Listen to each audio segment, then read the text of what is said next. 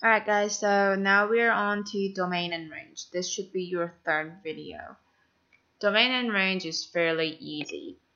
As you all know, or I hope you guys remember, domain for any polynomial functions is all real numbers. Just because we're going to have to use all of these x numbers. Any numbers that's on this line, we'll have to use every one of them. So we're using every single number on the x-axis. Now range is a little bit tricky. So on number 1, range really means my y's, right? Range means my y's, or how tall the graph is, or where does it start and where does it end. Does that make sense? So when I look at this graph, I can see that this graph, the lowest point that this graph goes to is this point right here. And then the rest of the graph really takes up above that starting line. So for instance, let's say that that point right there is negative 500, and my graph, the rest of the graph, goes to positive infinity, goes all the way to positive infinity. And I'm putting the including sign on here and the not including sign on the other side. So make sure that you guys understand that that's what the range means. Where does this function start and where does it end, or where does it go to?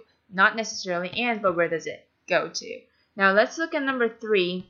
I understand that number 3 looks really messy right now, but do you see how my two ends right here, this end and the other end, is going the opposite direction? So this graph doesn't really have a place where you're starting or where you're going to. You're really going to all the way to your positive infinity, right?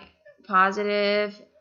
Oh, it's not running. It's not. It's going to all the way to your positive infinity and all the way down to your negative infinity.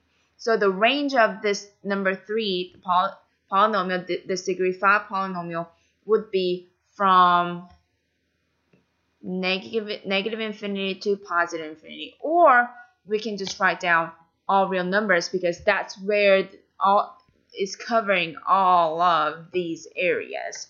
You see that? It's going up to infinity and it's going down to infinity. So make sure you know the difference between those two things, especially when it's an even degree functions like number 1. You see how this is degree 4 polynomial? On this, we're definitely going to have a place where you're starting from, or where it's the lowest place, where it's the highest place, but your graph is going to one direction, where on the odd function is going to two different functions. So this was final for my domain and range lesson. So the next video should be on the relative maximum and relative minimum and extrema.